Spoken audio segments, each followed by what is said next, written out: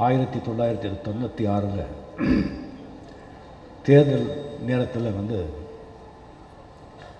புரட்சி தலைவி அவருடைய ஆட்சியை அவரையே விமர்சித்து எழுதி அவர் மனசை துன்பப்படுத்தி அந்த தேர்தலில் அவர் தோல்வியடைகிறதுக்கு ஒரு முக்கிய காரணமாக நான் இருந்தேன்.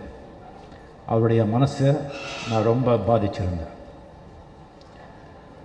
அதெல்லாம் கடந்த பிறகு என்னுடைய புதல்வி ஐஸ்வர்யா கல்யாணம் போய்ஸ் கார்டன் எங்கள் வீட்லேயே வச்சுக்கணும்னு சொல்லிவிட்டு எங்கள் ஐஸ்வர்யாவை விருப்பப்பட்டதுனால அங்கேயே அந்த கல்யாணம் நடக்கிற மாதிரி ஏற்பாடு பண்ணியிருந்தோம். ஸோ அந்த போய்ஸ் கார்டனில் பக்கத்துலேயே சிஎம் புரட்சி தலைவி ஜெயலலிதா அவர்கள் இருக்கும்போது அவருக்கு இன்விடேஷன் கொடுக்காமல் இருந்தால் நல்லா இருக்காது. பட் எந்த முகத்தை வச்சுக்கிட்டு அவர்கிட்ட போயிட்டு நம்ம இன்விடேஷன் கொடுக்குறது அப்படின்னு சொல்லி ஒரே தர்ம சங்கடமான ஒரு நிலை. சரி, முதல்ல ஒரு அப்பாயின்மெண்ட் கேட்டுடலாம் அப்படின்னு சொல்லிவிட்டு அப்பாயின்மெண்ட் கேட்ட உடனே நெக்ஸ்ட் டே காலையில் நீங்கள் வாங்க அப்படின்னு சொல்லி அப்பாயின்மெண்ட் கொடுத்தாங்க. ஸோ போயிட்டு இன்விடேஷன் கொடுத்தோம். இந்த மாதிரி கல்யாணம் இருக்குது, சம்பிரதாயத்துக்கு வரமாட்டாங்கன்னு தெரியும், சம்பிரதாயத்துக்கு நீங்கள் வரணும் அப்படின்னு கேட்டோம். பார்த்தாரு, இதே தேதியில் நம்ம கழகத்துடைய இன்னொரு தொண்டருடைய கல்யாணம் இருக்குது, பரவாயில்ல, நான் அதை போஸ்ட்போன் பண்ணிக்க சொல்கிறேன், இந்த கல்யாணத்துக்கு நான் நிச்சயமாக வர்றேன்னு சொன்னாங்க.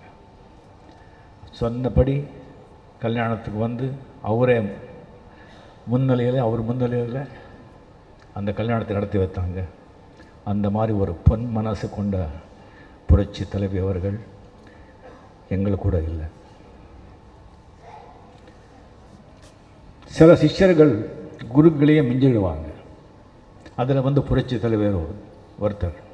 அவருடைய குரு ஆசான், அரசியல் ஆசான், வாழ்க்கையிலேயும் அவருடைய ஆசானாக இருந்த புரட்சி தலைவர் எம்ஜிஆர் அவர்களையே அரசியல்லையும் சரி, அரசியல் சாதனையிலையும் சரி, அவரையும் மிஞ்சிட்டாருன்னு சொன்னால் அது மிகையாகாது. அவர் ஒரு டைமண்ட், அது ஒரு வஜ்ரம். பூமியில் அந்த கார்பன் இருக்கும், கார்பன் கெமிக்கல், அது அந்த வெப்பத்தாலையும் அழுத்தத்தாலையும் அது காலப்போக்கில் அது டைமண்டாக மாறும். அதை எடுத்துகிட்டு தேய்ச்சி பாலிஷ் போட்டு தான் அது டைமண்ட் மின்னிட்டு நம்ம கையில் வருது. ஸோ புரட்சி தலைவர்கள் கூட ஒரு டைமண்ட். இந்த ஆண் ஆதிக்கம் இருக்கிற இந்த சமுதாயத்தில் அழுத்தப்பட்டு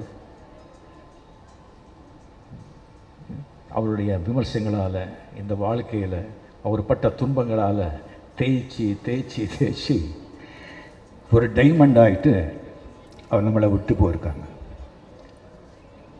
அவர் போன பிறகு கோடானு கோடி தொண்டர்கள், மக்கள் அவருடைய கண்ணீரால் அவர் அஞ்சலி செலுத்தி, கண்ணீராலேயே அவரை நினைத்து அந்த டைமண்ட், அந்த வஜ்ரம் ஒரு கோயிலூர் வஜ்ரமாக மெரினா பீச்சில் புரட்சி தலைவர் அவர் பக்கத்திலே ஒருங்கி கொண்டிருக்கு. 7 நாள் ஆகுது, லட்சக்கணக்கில் அங்கே பார்த்துட்டு போயிருக்காங்கன்னு சொன்னால் இது ஒரு சாதாரண மனிதனுடைய பவர் இல்லை, இது இறைவனுடைய ஆசீர்வாதம், அதோடைய பவர். 2 வயசில் அப்பாவை இழந்து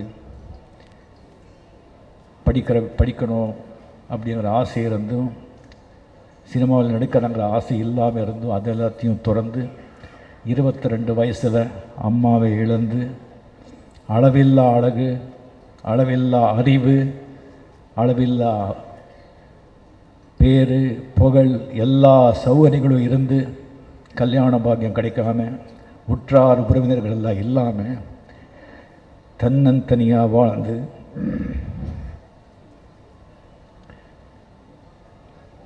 அவரே சொன்ன மாதிரி அந்த கட்சி வந்து அவ்வளோ சாதாரணமாக அவர் கையில் வரல.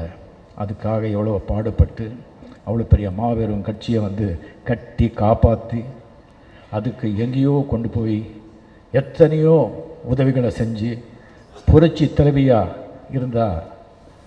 அவர் அம்மா என்று மக்களால் அழைக்கப்பட்டு கடைசி வரைக்கும் உடம்பு சரியில்லாத போது கூட அந்த தேர்தலில் தமிழ்நாடு பூரா என்னென்ன கிரிட்டிசைஸ் பண்ணால் கூட என்ன பண்ணாங்க.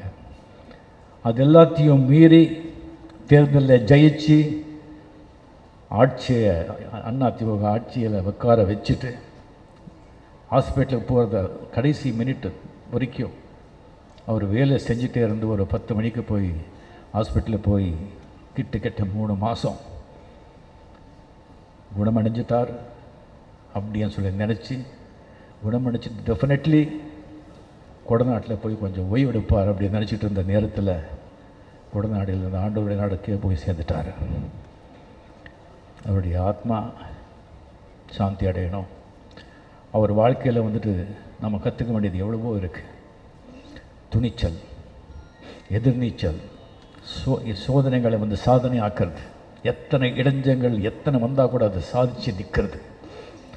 அவரை மாதிரி வந்து சோதனைகளை சாதனையாக்குறவங்க யாருமே கிடையாது. ஸோ அதெல்லாம் வந்து நமக்கு ஒரு பெரிய பாடம்.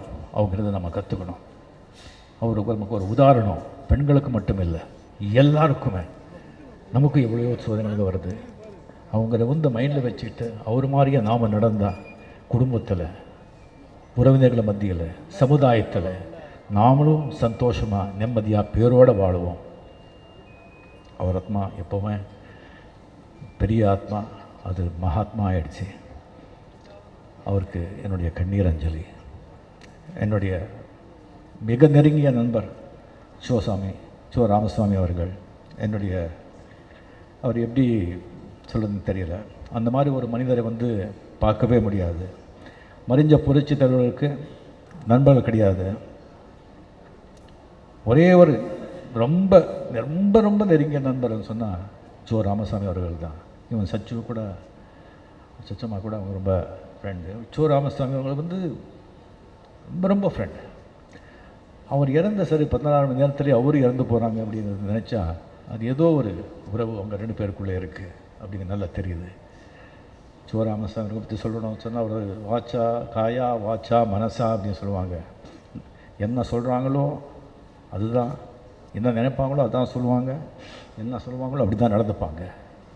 அவருடைய ஆத்மா சாந்தி அடையணும் அப்படின்னு சொல்லி இந்த ஒரு வாய்ப்பை எனக்கு கொடுத்ததுக்கு எல்லாருக்கும் நன்றியை தெரிவித்துக் கொள்கிறேன். நன்றி, வணக்கம்.